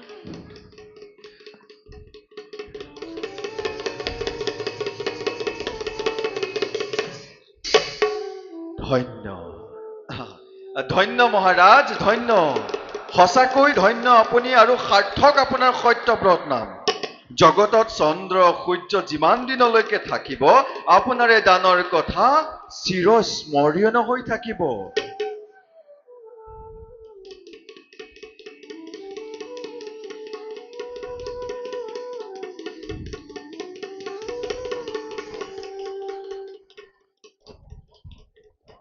মহাৰাজ, মহাৰাজ, এই অসময়ত যে আমাক ৰাজসভালৈ মাতি পঠালে, আৰু মহাৰাজ মোক দেখি আপুনি এইদৰে আঁতৰি ফুৰিছে কিয়? মোৰ কিবা দুখ হ'ল নেকি? ৰাধে, মহাপাতকী বই,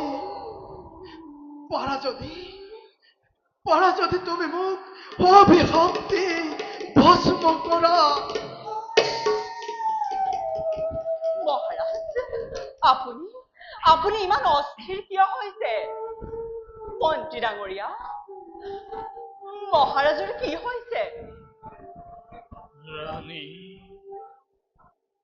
মন্ত্ৰী ডাঙৰীয়া, আপুনিও আজি নিমাত কিয়? আপোনালোকৰ কি হৈছে? আপোনালোকৰ এনে দশা দেখি মোৰ বুকু ভাগি গৈছে। আৰু এই দুজন ব্ৰাহ্মণ কোন? তেওঁলোক কি কাৰণত এই ঠাইত উপস্থিত হৈছে? মহাৰাজ, মহাপাতকী বই,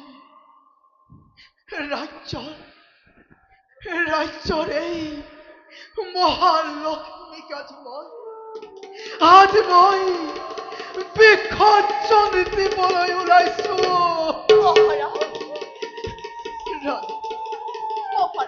ৰাণী, পাৰা যদি তুমি মোক ব্ৰহ্মহত্যি ভস্ম কৰা। কাৰণ আজি মই সত্যত আবদ্ধ।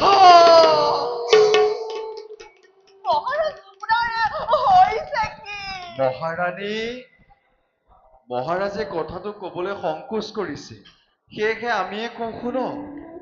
মহাৰাজৰ প্ৰতিজ্ঞা আজি তোমাৰ ওপৰত। তুমি যদি মহাৰাজৰ প্ৰতিজ্ঞা ৰক্ষা কৰাব পাৰা তেন্তে মহাৰাজে মহাপাপত লিপ্ত হোৱাৰ পৰা মুক্তি পাব।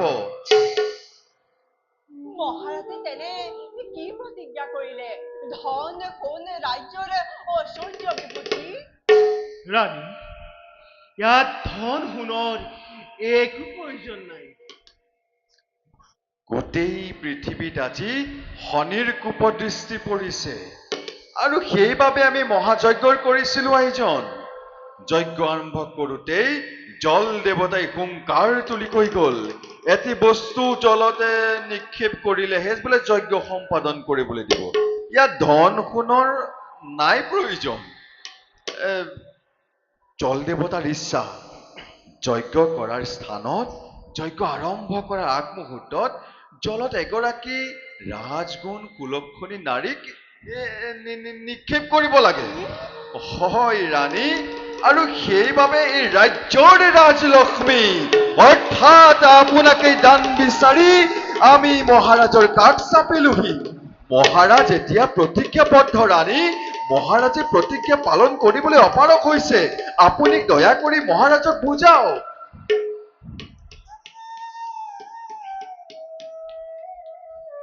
মহাৰাজ, আপুনি আপুনি সত্য ৰক্ষাৰ বাবে যি প্ৰতিজ্ঞা কৰিলে, সেই প্ৰতিজ্ঞা ভংগ কৰি মই আপোনাক মহাপাপত লিপ্ত হবলৈ নিদিওঁ মহাৰাজ। মোৰ পতি নিয়তিৰে এনে বিধান মানিবই লাগিব। মহাৰাজ, মোৰ পতি নিয়তিৰ এনে বিধান মানিবই লাগিব। আপুনি প্ৰতিজ্ঞা ভংগ কৰিব নোৱাৰে মহাৰাজ। আপুনি প্ৰতিজ্ঞা ভংগ কৰিব নোৱাৰে।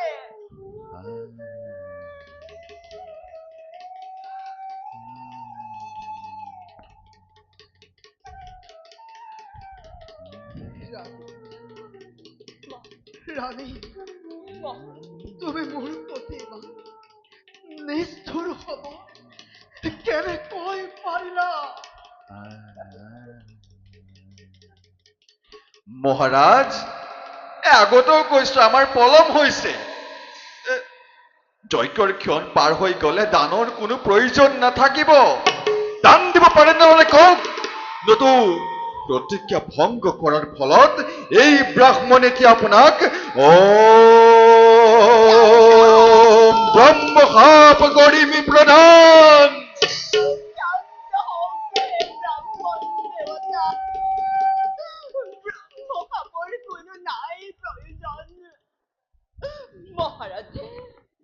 মহাৰাজে সত্যত আবদ্ধ হৈছে যেতিয়া মোৰ ওপৰত তেওঁৰ আৰু কোনো স্বাৰ্থ নাই। মোক যজ্ঞ ভূমিলৈ লৈ বলক ব্ৰাহ্মণ দেৱতা। মোক যজ্ঞ ভূমিলৈ লৈ বলক। মন্ত্ৰী ডাঙৰীয়া, ৰাণী, মহাৰাজক মই আপোনাৰ ওচৰত কৰিলো অৰ্পণ। ৰাণী, নোলাই মুখৰ মাত। ৰাজ্যৰ ৰাজলক্ষ্মী যেতিয়া এই ৰাজ্যৰ পৰা আঁতৰি যাব, নিশ্চয় এতিয়া ৰাজ্যত ঘোৰ অমংগলে পৰি ধৰিব। মন্ত্ৰী ডাঙৰীয়া, অকাল দুৰ্ভিক্ষ মাৰি বৰক আদি সকলো নিপাত হৈ সুমংগলৰ হব সূচনা। বলক ব্ৰাহ্মণ দেৱতা, মোক যজ্ঞ ভূমিলৈ লৈ বলক। নিশ্চয় ৰাণী, নিশ্চয়। কিন্তু এটি কথা ব্যক্ত কৰিবলৈ আমি পাহৰি আছিলো। মহাৰাজো যাব লাগিব আমাৰ লগত। হয় ৰাণী, মহাৰাজে নিজ হাতে আপোনাক জলত নিক্ষেপ কৰিব লাগিব। আমি দুজনে কেৱল মন্ত্ৰোচ্চাৰণহে কৰিম। নাই নাই ব্ৰাহ্মণ, নিজ হাতে মই নিজ প্ৰতীক জল দেৱতাক অৰ্পণ কৰিব নোৱাৰো কদাপি।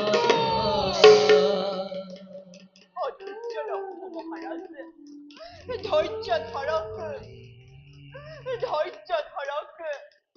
ধীৰ স্থিৰ হৈ দেখুৱাওক জগতত সত্যৰ মহিমা।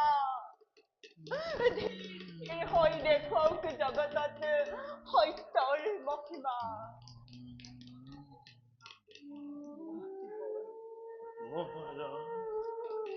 সত্যবতৰ ভাগ্য চক্ৰ আজি নিয়তিৰ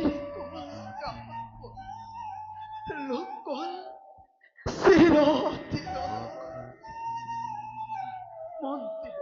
মহাৰাজ, ৰাণীৰ লগতে মোৰো নিশ্চয় মৃত্যু হব। মহাৰাজ, গতিকে আজিৰ পৰা এই ৰাজ্যভাৰ আপোনাকেই মই কৰিলো অৰ্পণ। নাই মহাৰাজ, আপোনাৰ এনে বিপদে কালত মই আপোনাক কদাপিতো নোৱাৰো এৰিব। মহাৰাজ, আপোনাৰ অবিহনে এই ৰাজ্যত থাকি মই কি কৰিম? ময়ো যাম আপোনাৰ লগত। আহক ৰাজন, যাত্ৰা আৰম্ভ কৰিব লাগে। আহক।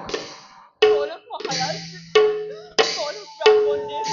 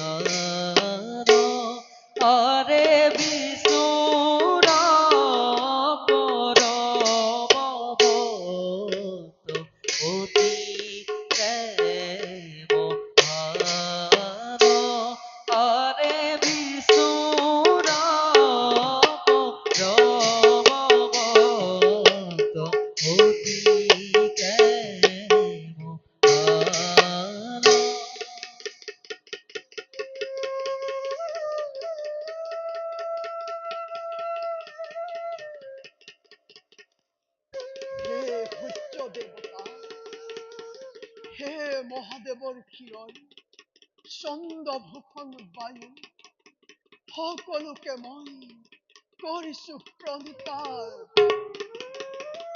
এই মহাপ্ৰলয় সংকটৰ পৰা মোক যে ৰক্ষা কৰে। হে গুৰু ব্ৰহ্মা, গুৰু বিষ্ণু, গুৰু মহেশ্বৰ, মোক ধন সোণ ঐশ্বৰ্য বিভূতি একোৱে নালাগে, লাগে মাথো আপোনালোকৰ ৰাতুল চৰণ।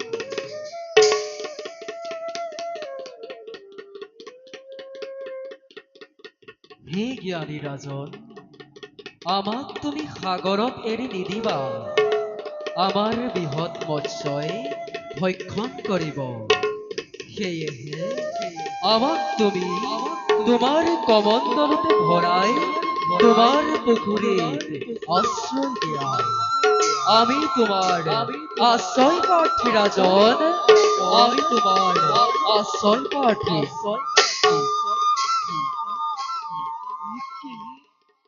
ইমান সৰু মৎস্যভাগ আহি মোৰ হাততে উঠিলেহি।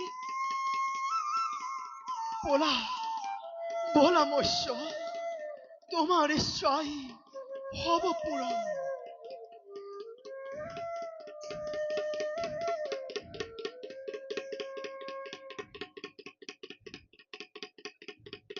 হে ৰাজন, আমি তোমাৰ পুখুৰীত বৰ কষ্ট পাইছো। সেয়েহে ৰাজন, তুমি আমাক সাগৰত এৰি দিয়া, তেতিয়াহে আমি শান্তি পাম, তেতিয়াহে আমি শান্তি পাম।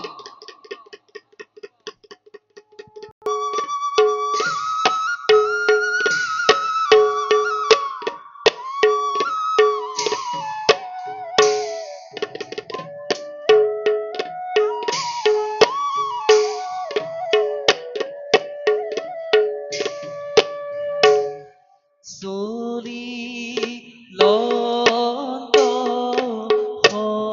সত্যব্ৰত মোৰ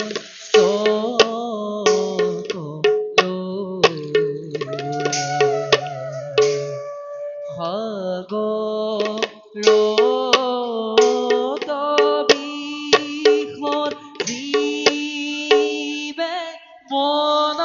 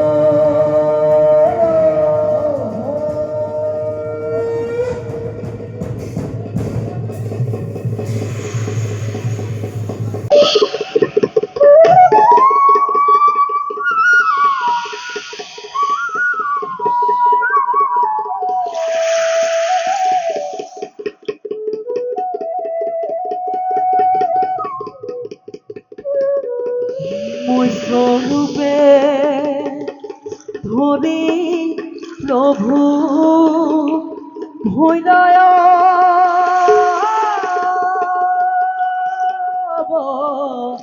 তাৰ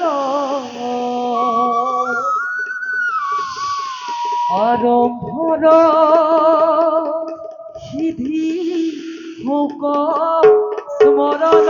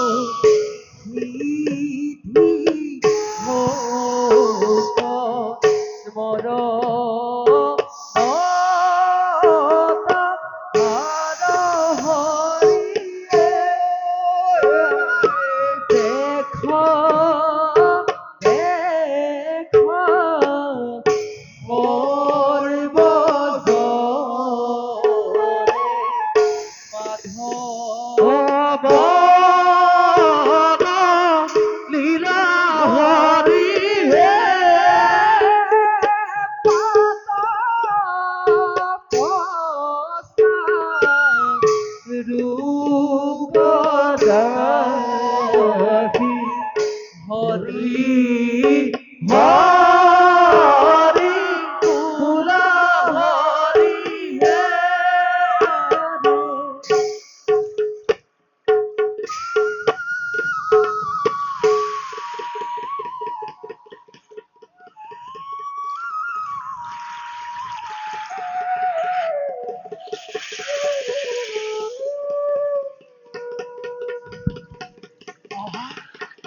কি আশা এই জলধাৰাৰ মাজত ইমান অতিকা মৎস্য মোৰ মোৰ কোনোদিনাই দৰ্শন হোৱা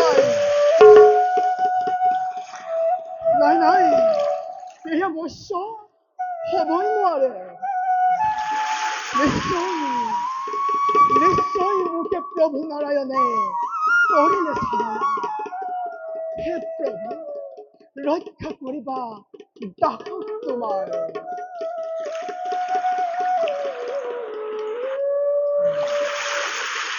নমো নমো নাৰায়ণ ও গতিৰ গতি তোমাৰ চৰণে প্ৰভু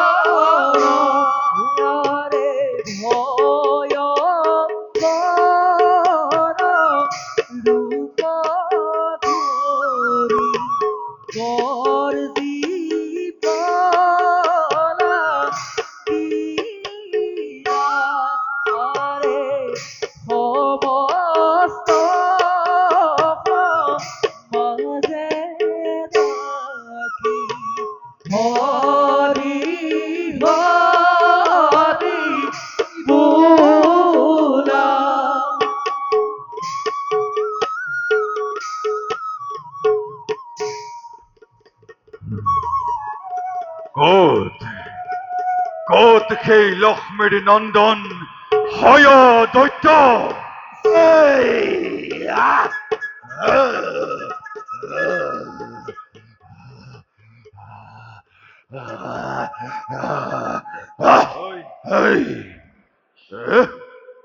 কোন তই?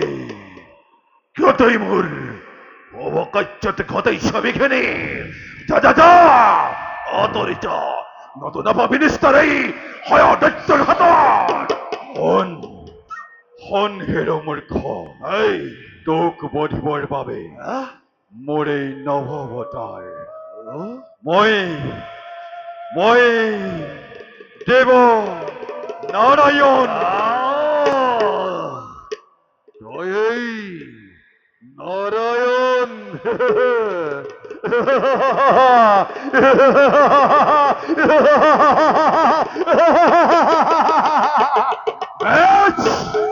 আহক বাহি যুদ্ধ করতাই দৈত্যর হবে। বধ করিত সারবেদময় করিম উদ্ধার। বেশ, আহক বহি নকরি বলো যুদ্ধ নকরি বলো। উপজাত দাবা